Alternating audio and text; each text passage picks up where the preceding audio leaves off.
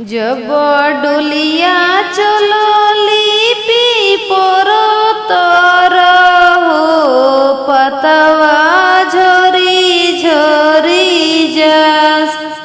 जब डोलिया चलली पीपर तर हो पतवा झरी झरी जास। रोएली बेटी दुलरई तीनी हो छतिया फाटी फाटी जास। रोएली बेटी दुलरई तीनी हो छतिया फाटी फाटी जास। जब बेरिया भैले गैया दुहने के हो बाबा कोरेले पुकार। कहाँ गईली नातिन दुलरई तीनी हो बाल्टी देवही के बेरिया। कहाँ गईली नातिन दुलरई तीनी हो बाल्टी देवही के बेरिया। जब बेरिया भैले संझवतिया के हो आजी करेली पुकार।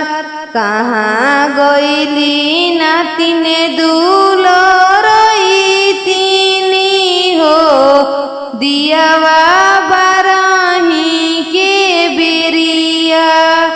कहाँ गईली नातिन दुलरई तीनी हो दियावा बारही के बेरिया। जब बेरिया भैले ऑफिसवा के हो पापा करेले पुकार। जब बेरिया भैले ऑफिसवा के हो पापा करेले पुकार। कहाँ गईली बेटी दुलरई तीनी हो लंचवा देवही के बेरिया। कहाँ गईली बेटी दुलरई तीनी हो लंचवा देवही के बेरिया।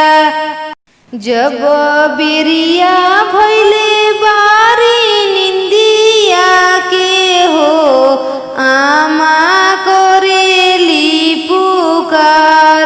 कहाँ गईली बेटी दुलरई तीनी हो गोदिया सुआही के बेरिया। कहाँ गईली बेटी दुलरई तीनी हो गोदिया सुआही के बेरिया। जब बेरिया भैले कालेजिया के हो भैया करेले पुकार। कहाँ गईली बहन दुलरई तीनी हो बेगवा देवही के बेरिया। जब बेरिया भैले रसोइया के हो भाभी करेली पुकार। कहाँ गईली ननद दुलरई तीनी हो खानावा देवही के बेरिया।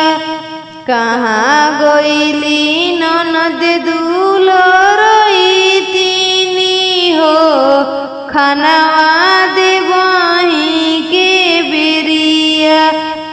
जब बेरिया भैले मार्केटवा के हो बहन करेली पुकार। कहाँ गईली दीदी दुलरई तीनी हो संगवा घुमही के बेरिया कहाँ गइली दीदी दुलरई तीनी हो संगवा घुमही के बेरिया जब डोलिया चलली पीपर तर हो पतवा झोरी झोरी जास रोएली बेटी दुलरई तीनी हो छतिया फाटी फाटी जास